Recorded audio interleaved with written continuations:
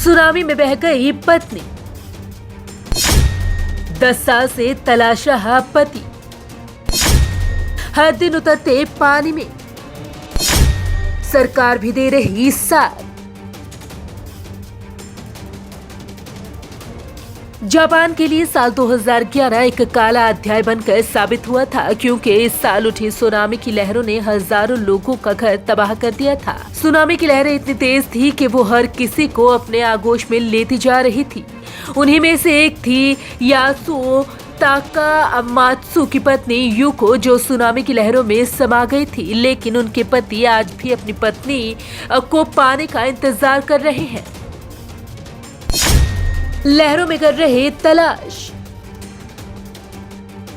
Tsunami में अपनी पत्नी को खोने के बाद यासुओ ने अंडर वाटर डाइविंग का लाइसेंस हासिल किया और फिर लग गए समुद्र का कोना कोना छानने में। पिछले कई सालों से यासुओ अकेले अंडर वाटर डाइव कर रहे हैं ताकि समुद्र के अंदर अपनी पत्नी से संबंधित कोई चीज खोज सके।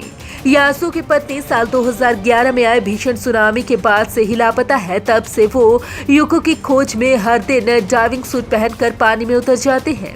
अपनी पत्नी के लिए यासुओ के प्यार की चर्चा अब दुनिया भर में हो रही है। कई लोग उनकी कहानी को आगे शेयर कर रहे हैं। यासुओ ने अब अपनी पूरी जिंदगी पत्नी की तलाश में लगा दी है। उनका कहना है कि उन्हें पत्नी से ये संदेश मिला है कि वो बैंक की जॉब से थक गई है और घर आना चाहती है। जापान में आई सुनामी के एक दशक बाद भी उनकी पत्नी घर लौटना चाहती है और इसी वजह से वे अपनी पत्नी को मरते दम तक खोजना जारी रखेंगे। जापान सरकार का सर्च अभियान। इतना ही नहीं, यासुओ सिर्फ अपनी पत्नी की तलाश ही नहीं करते, बल्कि वो दूसरे लोगों को खोए हुए सामान या पुरानी यादों को समुद्र में खोजकर निकालते हैं। दरअसल जापान की सरकार ने करीब 2500 लोगों की गुमशुदगी के चलते अंडर वाटर सर्च अभियान चलाया है। यासुओ भी इस अभियान से जुड़े हुए हैं और अपनी पत्नी के अलावा दूसरों को भी तलाश रहे हैं। अब तक यासुओ को पानी के अंदर कई लोगों के कपड़े, एल्बम जैसी कई चीजें मिल चुकी हैं। भयानक थी सुनामी।